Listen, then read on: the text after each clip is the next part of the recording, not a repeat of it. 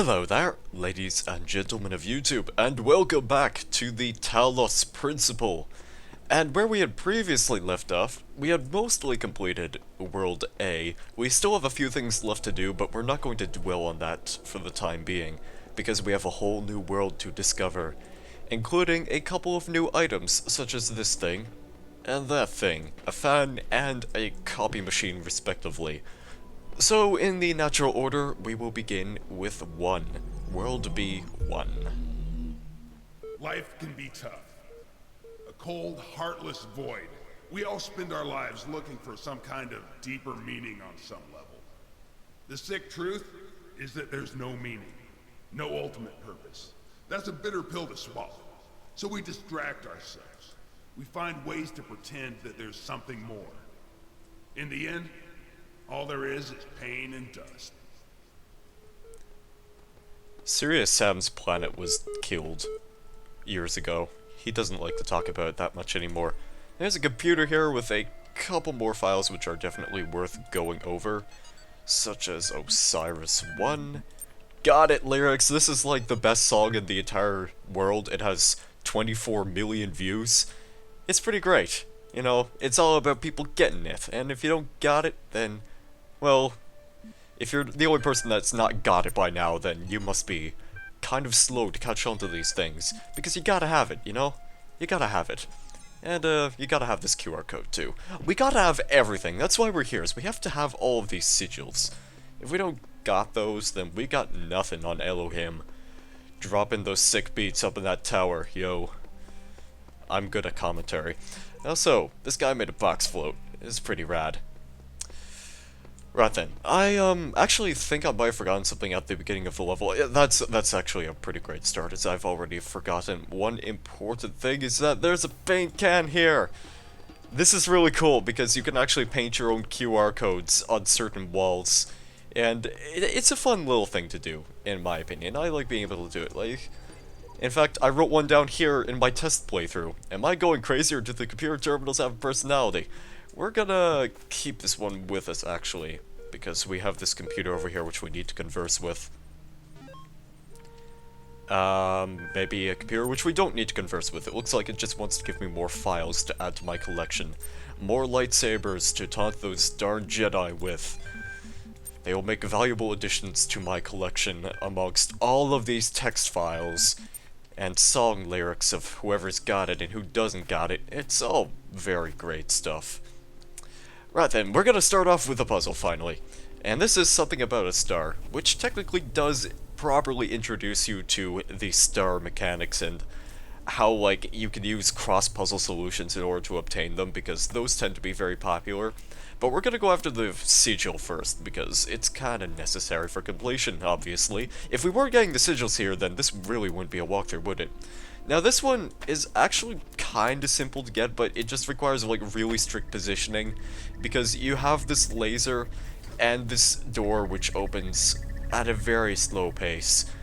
But you have to make it so that way it opens to give you just enough time to walk through before that one buzzer will just intersect with the laser and you have to wait for it to open again, which is a little bit annoying, but it kind of gives you a general idea of how, if you're thrown into that situation, sometimes waiting it out actually doesn't hurt. And of course, since we are familiar with the cross-puzzle solution tactic, then I'm just going to leave this here for now. And I am going to make my way over to the other side, where there will surely be a solution to that one pesky little star sitting in there. After we do the actual puzzle here, this is window through a door, and this one involves, again, very precise placement. I'm going to put this right about here, I want to say. That should give me enough room for the second connector hiding right here. And we need to position this one, again like the previous puzzle, so that way it gives you just enough time to run through that door and collect whatever's in there. Thankfully, this one opens up a lot more quickly, but I have to read this QR code too. These things matter, man. And then you want to quickly connect these two lasers, so that way you have to actually hit the panel first as well, because then this door will be open from this side, and you can take this connector with you on an adventure. Now, the reason why you can't just bring the third connector out and transport it all the way over here with the original laser is because of this panel. It's very slow, and the laser would constantly be interrupted by the buzzer on the other side of that wall, and you would just never be able to get this. So this one actually does require a bit of extra thought involved. But there we go. We have the piece. And now we may move on. But we're gonna take this connector out for a pretty important reason later, actually. And you'll get to see what that is. But for now, I suggest you focus on how to get the star, because I'm doing that right now. You have the source port right here. I don't really know why I keep calling them source ports, like, that's probably a very incorrect term, but I'm gonna keep doing it anyway. You connect it to the source port, and of course, there's that one connector which we left there earlier. But sometimes I forget that walls tend to stop lasers from passing through them.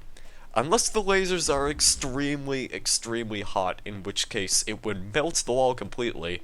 Well, not completely. It depends on the structure of the wall, I guess. It would melt a hole right through said wall, and you would have a laser going through. And you wouldn't want to touch that with your hands, probably. It would be a little bit dangerous. But that is the star collected.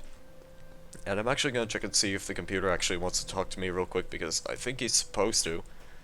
Yeah, he's got the little eye going on. It looks like we're gonna have a conversation before we continue on with the actual gameplay itself. So, you've been checking out my responses in the library archives. What's the difference between a pebble and a tree? I believe that a tree is alive. Now, what is the relevant difference between a tree and the frog? A frog is conscious. Now we're getting somewhere, and this is probably my favorite choice text in the game.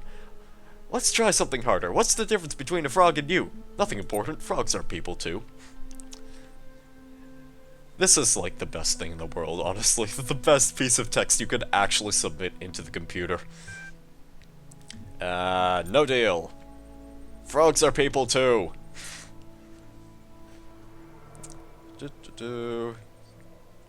You're just gonna keep telling me these things. What I suggest we do is help resolve your problems is to ask whether or not you are in fact those things. Are you aware of yourself? Can you rationalize your existence? Yes, I can. What is consciousness, in your opinion? Yeah, this is very deep stuff. Thank you for joining the Talos Principle walkthrough. Today we're going to be talking with the Milton Library Assistants about what consciousness is. I'd say that consciousness is the feelings and the senses. What is it in ordinary terms? It is beyond the laws of physics in my book. Interesting. Thinking. You know, I really feel like we're making progress. We'll have you through that certification program in no time. Somehow, I highly doubt that. I don't think we're gonna get through the certification program if we honestly have a thought process that suggests that frogs are people too. But that's the computer's idea of thinking anyway. And, well, you know what? I don't care. Frogs are definitely people as well. You cannot argue with me on this. It is very sound logic. And we're gonna take this paint bucket. We're gonna paint a message right here. Frogs are people too. Yes. I learned that, unsurprisingly enough, from watching another person play this game a very long while ago. And, well, it's always worth writing down that message in my book. So, I hope you enjoyed that little section of dialogue, and now that you're actually watching the video again, we can actually do a puzzle, because,